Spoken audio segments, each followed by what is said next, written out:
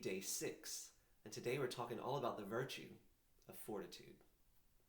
Before we get started, though, I just want to give a shout out and a special thank you to our corporate sponsors. Today's episode is being brought to you by eXp Realty, Don's Automotive Group, and Passion Home Design. Thank you to all of our corporate sponsors who support our mission.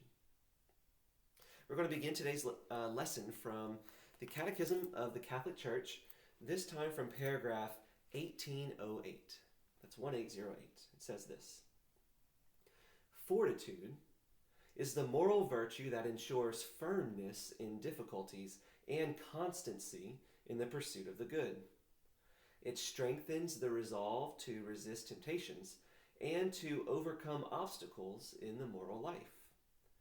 The virtue of fortitude enables one to conquer fear, and even fear of death, and to face trials and persecutions.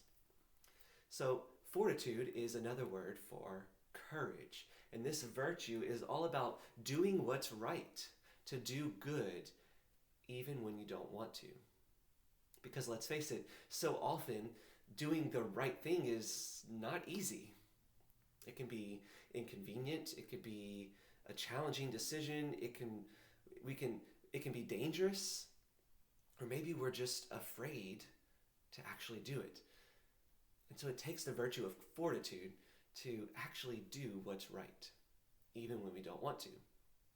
St. Paul exhorts the Christians in Corinth in his first letter to the Corinthians, chapter 16, verse 13. He says to be watchful, to stand firm in your faith, to be courageous, and to be strong. He understood the great importance of this virtue as we navigate the moral life. Now, there's a few extremes in this virtue that would be vices. Now, the obvious one is to be a coward. To be a coward is to not act at all because you're afraid. It's an inaction due to fear.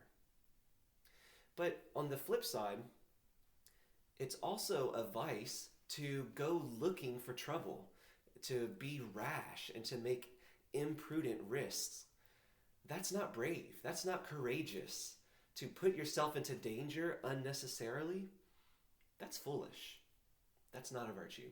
And so the virtue of fortitude is to make good decisions, to do what's right in your particular circumstance. So 2 days ago, we had a video on prudence. Prudence plays a big role in the virtue of fortitude because we have to discern what the right thing is. We have to know what's good in order to do it first, and then we have to act upon it even when we don't want to. Now, sometimes to do what's right means that we have to confront an evil head on. Maybe there's an act of injustice that's happening in the world. Back to yesterday's video.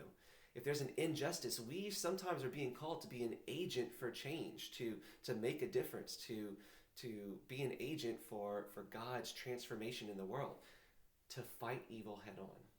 That's fortitude.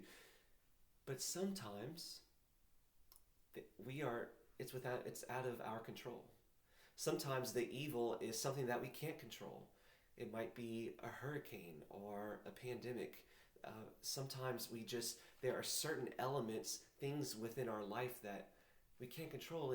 And when that does happen, it takes the virtue of fortitude to have a holy patience, to have a joyful and a hopeful patience as we endure the suffering that we can't control, whether that is a natural disaster or an illness.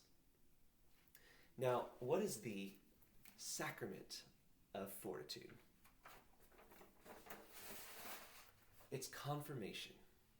I'm going to read from the Catechism of the Catholic Church, this time from paragraph 1303. It says this: Confirmation brings an increase and a deepening of baptismal grace.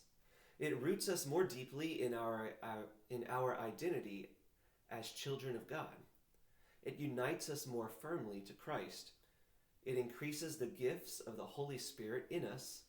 It renders our bond to the Church more perfect, and it gives us a special strength of the Holy Spirit to spread and defend the faith by word and action as true witnesses of Christ. And so Confirmation really strengthens the grace that we've already received at baptism, but it helps us to fulfill our responsibilities as Christians.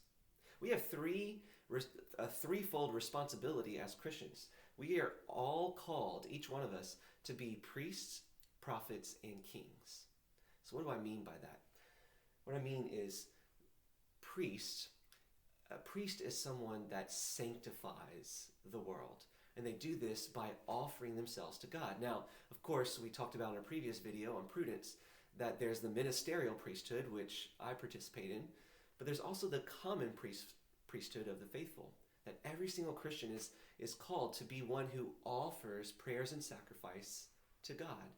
And by their prayers and sacrifices, they sanctify the world.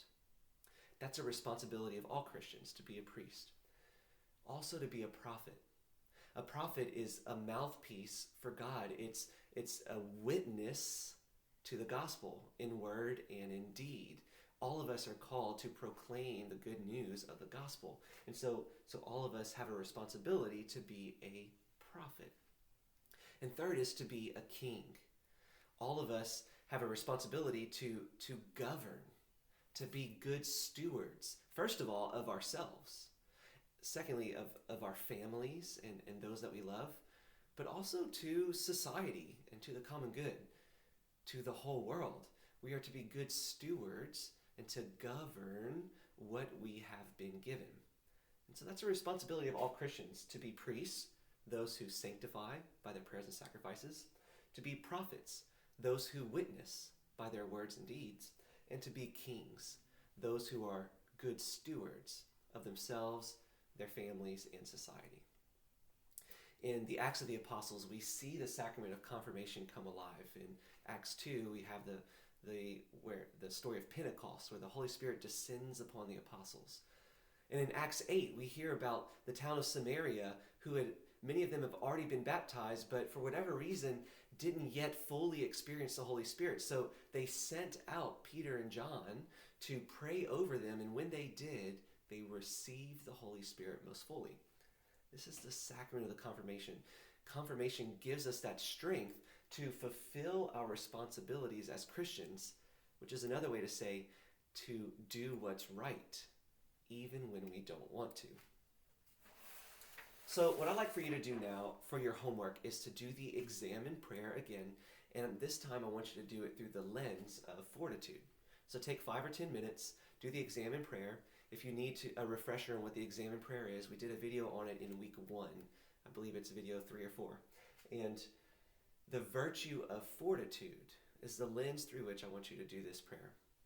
Where have I fallen short in doing what's right? When have I let fear or dangers or obstacles prevent me from doing the good?